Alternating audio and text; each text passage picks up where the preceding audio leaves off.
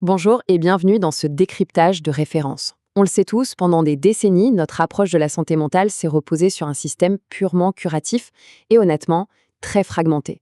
Aujourd'hui, il faut qu'on passe à la vitesse supérieure. On va voir ensemble comment adopter une vraie stratégie territoriale structurée grâce au modèle biopsychosocial écologique, le fameux modèle BPSE. L'objectif de cette analyse, fournir une méthode super concrète aux décideurs locaux pour repenser l'accès aux soins, non plus comme un souci médical isolé, mais véritablement comme un défi géographique systémique. Au programme de ce guide pratique, on va d'abord aborder la crise des inégalités territoriales, ensuite on verra comment quantifier la charge allostatique, puis on passera à l'utilisation de la grille de diagnostic BPSE, enfin on verra comment scorer les ressources locales, et on terminera sur le déploiement des solutions numériques. Allez, c'est parti avec notre première partie, la crise des inégalités territoriales. Alors, regardons les choses en face, notre système actuel est profondément fracturé. La vraie crise, ce n'est pas tellement la hausse des diagnostics psychiatriques en soi, ça on connaît les chiffres. Non, le vrai problème, c'est la disparité géographique radicale de l'offre de soins. Concrètement, c'est le code postal qui détermine la trajectoire médicale d'un patient aujourd'hui. Et ce chiffre fait froid dans le dos, 87% de la population française vit dans un désert médical psychiatrique. C'est hallucinant. On se retrouve avec des aberrations absolues où le nombre de psychiatres varie de 1 à 14 selon le département. Le résultat, des délais d'attente dans les centres publics qui explosent, on parle de 6 à 12 mois, ce n'est plus juste un petit retard, c'est une véritable perte de chance clinique inacceptable. Et ça illustre parfaitement comment le contexte dicte littéralement la pathologie. Prenons deux patients qui ont exactement le même diagnostic clinique de dépression majeure. Le patient A, qui habite en ville, a des ressources et un accès rapide aux spécialistes. Bref, il atteint la rémission en quelques mois. De l'autre côté, le patient B, un agriculteur isolé dans un coin rural sans aucun praticien disponible, lui, il va s'enfoncer dans un déclin chronique tout simplement parce qu'il n'y a personne pour le prendre en charge. C'est le même trouble, mais avec deux trajectoires radicalement opposées. Ce qui nous amène à la deuxième partie, comment quantifier la charge allostatique.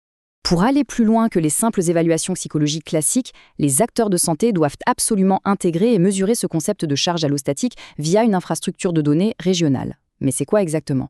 Eh bien, c'est l'accumulation physiologique de l'usure du corps causée par un stress chronique et un manque de ressources protectrices. Ça arrive quand nos mécanismes corporels d'amortissement finissent par craquer sous le poids de difficultés prolongées, comme par exemple le fait de devoir attendre 1 an pour obtenir un rendez-vous médical. Le corps encaisse le coup et cette souffrance laisse une vraie trace biologique mesurable. Du coup, pour qu'une politique de santé soit vraiment efficace, la mise en place d'un protocole national standardisé exige de suivre des biomarqueurs très précis. Le point crucial ici, c'est d'utiliser le taux de cortisol pour mesurer la dysrégulation de l'axe HPA, c'est-à-dire la réponse au stress. Ensuite, il faut surveiller la CRP et le TNF-alpha pour détecter la neuroinflammation chronique. Et puis bien sûr, il ne faut pas oublier les comorbidités somatiques, comme le surpoids ou la sédentarité. C'est exactement de cette manière qu'on transforme une vulnérabilité territoriale un peu abstraite en données cliniques implacables. Troisième partie, la fameuse grille de diagnostic BPSE. Cette matrice cartographie élégamment les 4 piliers fondamentaux. Pour un responsable en santé publique, c'est l'outil parfait pour évaluer de manière hyper systématique si les facteurs de stress biologique et psychologique d'un individu sont bien compensés par un soutien social suffisant et des ressources écologiques protectrices. Parce que, c'est logique, si le stress monte en flèche, mais que l'accès à la nature, au soutien familial ou stratégie de coping est totalement absent, là, la charge devient pathologique. Partie 4, scorer les ressources locales. C'est là qu'on passe à l'action sur le terrain. C'est le cœur de notre approche. Les décideurs doivent calculer un score territorial ultra précis avec ce protocole de tri algorithmique. C'est simple, un score 0, c'est un système protecteur. On a plus de 5 psychiatres pour 1 million d'habitants et moins de 4 semaines d'attente. Là, on fait de la prévention. Un score 1 indique une vraie vulnérabilité, entre 2 et 5 psys, et jusqu'à 12 semaines d'attente, ça nécessite une surveillance active.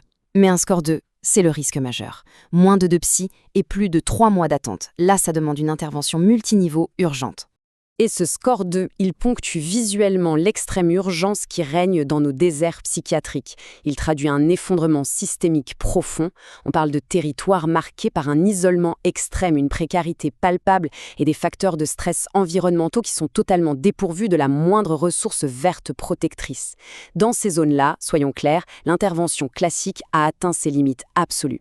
Ce qui nous mène à notre 5e et dernière partie, le déploiement des solutions numériques.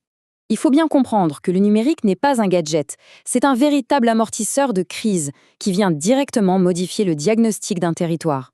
En intégrant la télémédecine, télémed, On court-circuite ces délais d'attente toxiques de plusieurs mois pour évaluer immédiatement le risque biologique et suicidaire. En parallèle, l'ITCC apporte une surveillance active et des stratégies de coping pour la restructuration cognitive. Et la magie du système, c'est que dans le calcul final, le déploiement réussi de ces 2 filets de sécurité permet artificiellement de reclasser un territoire en urgence absolue de score 2 vers une vulnérabilité sous contrôle de score 1. C'est un vrai game changer. Pour résumer tout ça, cette citation encapsule parfaitement le changement de paradigme exigé de la part des responsables de santé publique. Elle démontre avec force que traiter la santé mentale aujourd'hui nécessite, de façon absolue, de traiter les inégalités inhérentes au territoire lui-même. C'est une vision intégrée, scientifique et profondément juste socialement. Alors, on se quitte sur cette réflexion provocatrice. Comment les décideurs locaux vont-ils réussir à recartographier ces ressources vitales avant que toute la prochaine génération ne paye le prix fort de cette fracture territoriale ? Le défi est immense concernant la mise en place rapide d'infrastructures de données régionales, mais il est plus que temps de combler ces 60 ans de retard. L'inaction n'est tout simplement plus une option clinique viable.